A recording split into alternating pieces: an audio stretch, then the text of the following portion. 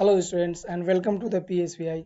Students, मैं नीरज कुमार आप सभी का पीएसवीआई में बहुत बहुत स्वागत करता हूं। स्टूडेंट्स, अभी हम लोग जो है क्लास 5 का चैप्टर 5 पढ़ रहे हैं, जिस चैप्टर का नाम है वाटर अ रिमार्केबल सब्सटेंस। हमारे इस चैप्टर का क्या नाम है?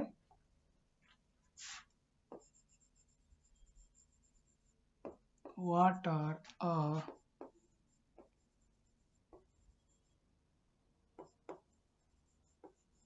Remarkable substance.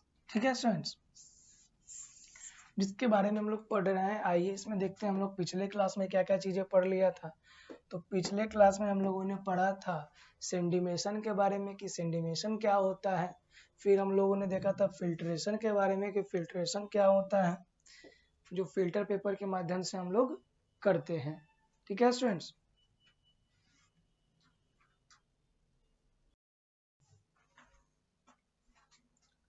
ठीक है स्टूडेंट्स।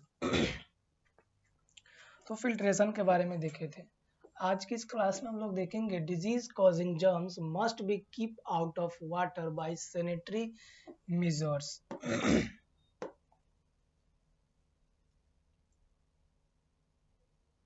आइए देखते हैं हम सभी।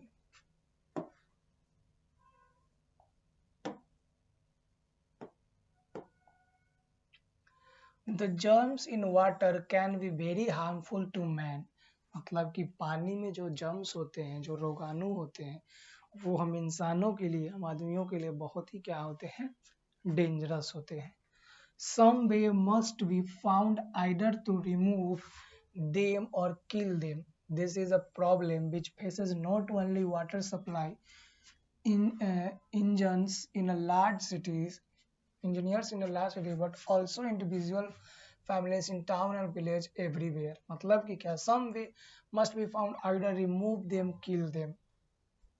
मतलब कि कहीं कहीं पे हम लोग इसको पाते हैं तो उसे किल कर देते हैं, लेकिन कहीं कहीं जैसे कि बड़े बड़े वाटर सप्लाईज हो गए, बड़े बड़े शहर हो गए, गांव हो गए, इन सभी जगहों पे इन्हें किल करना बहुत ही मुश्किल हो जाता है। Depending on the condition, there are several ways in which this can be accomplished। तो इसे बचाव के, पानी को साफ रखने के लिए कुछ तरीके हैं जिन्हें हम लोग देख लेते हैं। क्या है पहला, फर्स्ट क्या है तरीका, देखिए, keep the animal and insect away from drinking water. मतलब कि जहाँ पे अपने पीने लायक पानी रखा है उस जगह से एनिमल को और इंसेक्ट्स को दूर भगा के रखें। अगर एनिमल इंसेक्ट्स आएंगे तो उसमें जर्म्स फैला देंगे। ठीक है। दूसरा नंबर, दूसरी क्या बात है जो हमें ध्यान रखना चाहिए? पहला, keep the source where the water come from fully covered and the clean. मतलब कि पानी जहाँ से आ रहा है या फिर पानी को जहाँ पे स्टोर करके रखा जा रहा है वो जो होना चाहिए बहुत ही सेफ होना चाहिए और कवर करके उसे रखा होना चाहिए। ठीक है। Keep a water filter at home to store drinking water. The filter should be clean regularly. जो ड्रिंकिंग वाटर का जो फिल्टर होगा उसे रेगुलरली क्लीन करना होगा। मतलब कि रोज रोज, मतलब पानी को हमें उसे उस रखने वाले को हमें क्लीन करते रहना होगा। चौथा बात क्या है जो ध्यान रखना है, potassium permanganate crystal may be added to the well for killing germs. अगर आप कुएं से पानी को लेकर के पी रहे हैं, ठीक है, कुआं बेल जो होता है, अगर कुआं से पानी को लेकर के पी रहे हैं तो उसके अंदर में क्या करना होगा, आपको पोटेशियम परमैंगनेट को ऐड करना होगा, मिला देना होगा। पोटेशियम परमैंगनेट क्या करता है, जो उस पानी के अंदर में जो हार्मफुल जो जर्म्स होंगे उसे वो क्या करेगा, मार देगा, यानी कि किल कर देगा। ठीक है, तो ये बात का भी आपको ध्यान रखना होगा। फिफ्थ नंबर क्या है, in a well organized water plant before distribution the water can be disinfected with a very small quantity of chlorine gas and kills germs. अब पानी को साफ रखने के लिए बहुत ही स्मॉल क्वांटिटी में, कम मात्रा में आप उसके अंदर क्लोरीन गैस का भी छिड़काव कर सकते हैं। क्लोरीन क्या करता है, जर्म्स को, जो डिजीज फैलाने वाले जो जर्म्स होते हैं उसे वो क्या करते हैं, किल कर देते हैं, मार देते हैं। ठीक है, तो ये बातें को आपको ध्यान रखना होगा। छठे नंबर बात, मतलब कि छठा पॉइंट क्या बताया गया है जर्म्स के बारे में।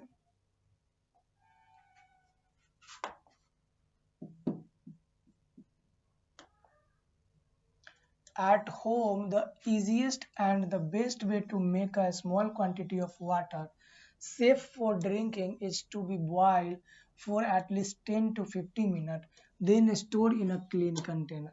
सबसे आसान तरीका और सबसे सस्ता तरीका क्या है पानी को शुद्ध करने के लिए, पानी को साफ करने के लिए? जो भी पीने लायक पानी होगा उसे आपको क्या करना होगा, उस पानी को क्या करना होगा, 10 से 15 मिनट के लिए आप उसको क्या कर दीजिए, बॉइल्ड कर दीजिए और उसे साफ कंटेनर में जमा करें।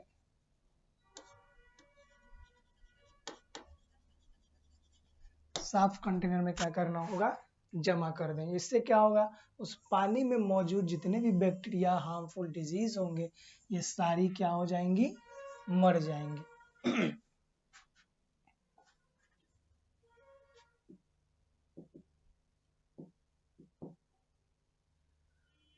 An object in a liquid is supported by force. तो हमको देखना, in object a liquid is supported by force. जो कोई भी ऑब्जेक्ट होता है जिसमें लिक्विड होता है, ये लिक्विड फोर्स के द्वारा सपोर्ट करता है। तो हाँ, बिल्कुल करता है, क्योंकि हमारा देखेंगे हाइड्रोलिक प्रेस, हाइड्रोलिक ब्रेक, ये सारी चीजें लिक्विड के ऊपर, फोर्स के ऊपर काम करती है। ठीक है, आज any object which is particularly entire surrounded by a liquid has a upward force acting it. मतलब कि कोई भी ऑब्जेक्ट जिसके चारों साइड से घिरा हो, उसमें अगर लिक्विड होगा तो उसमें जो फोर्स होगा ये अपवर्ड की तरह, अप डायरेक्शन की तरह, यानी कि ऊपर की ओर क्या होगा, एक फोर्स लगता है। ठीक है, it is called up thrust और बियॉन्ड फोर्स। इस फोर्स को क्या कहा जाता है, अप थ्रस्ट या फिर बियॉन्ड फोर्स कहा जाता है, बियॉन्ड फोर्स कहा जाता है। ठीक है, for example, if one tries to the push an empty glass into a bucket of water, he feel an up force opposing his push. आप देखेंगे एक बाल्टी ले लेना है, जैसे ये बाल्टी है, ठीक है, सपोज दैट, मान लेते हम लोग फिगर बनाते हैं कि ये क्या है, एक बाल्टी है और इसके अंदर में क्या है,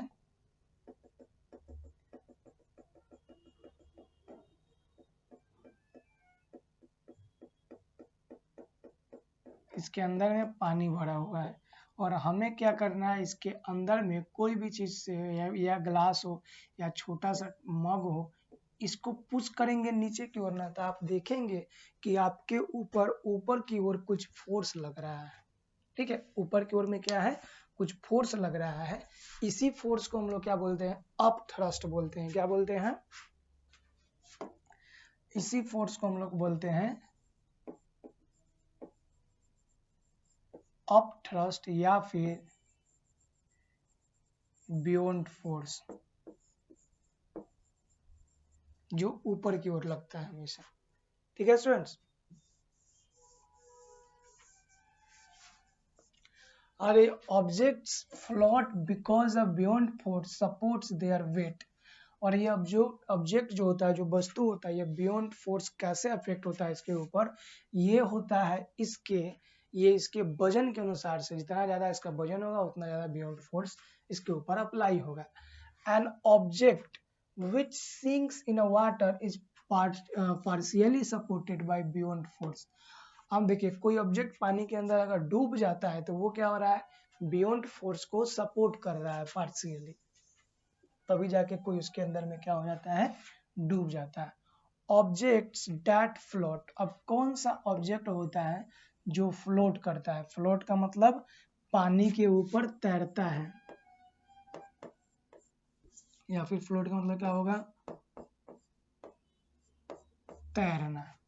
ठीक है, फ्लोट करता है यानी कि तैरता है।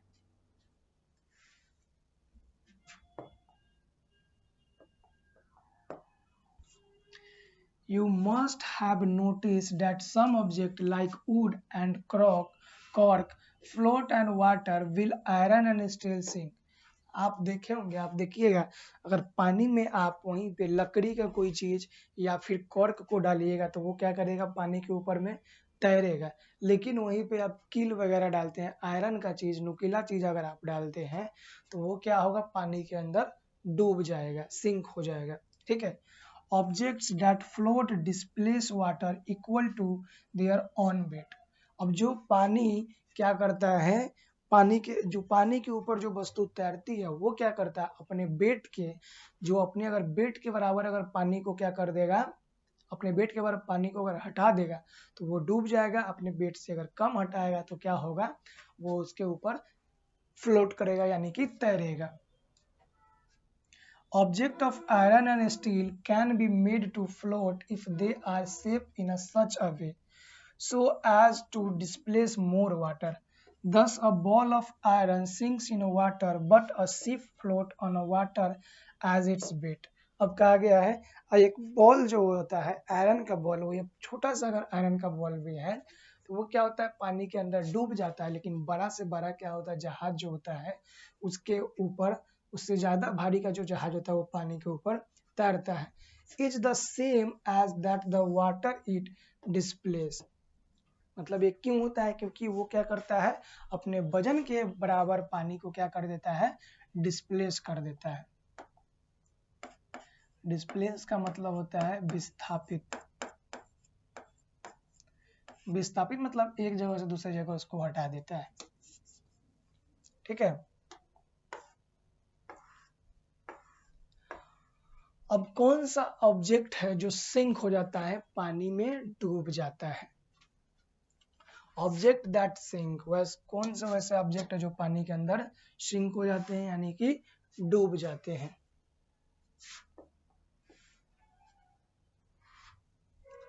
Object that sink, when an object is immersed in a liquid, its weight acts in a downward direction and the upthrust is upward direction।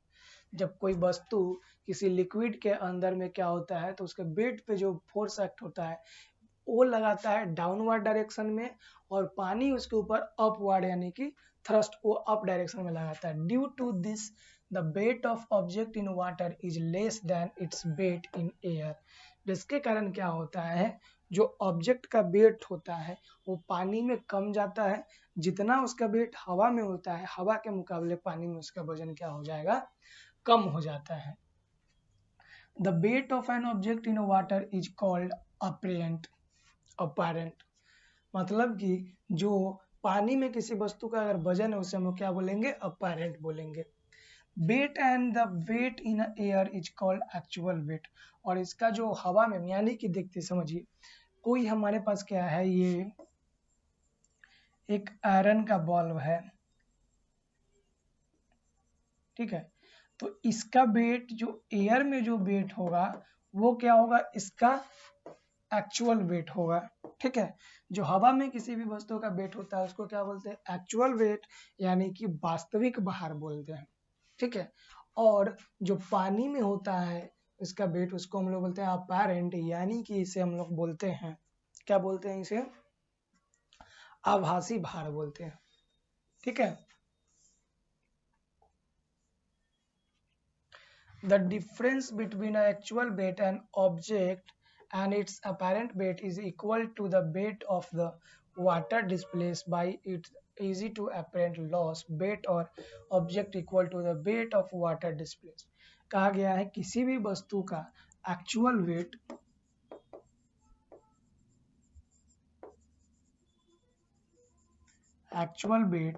और अपेरेंट वेट इक्वल होता है वाटर डिस्प्लेसमेंट के बराबर।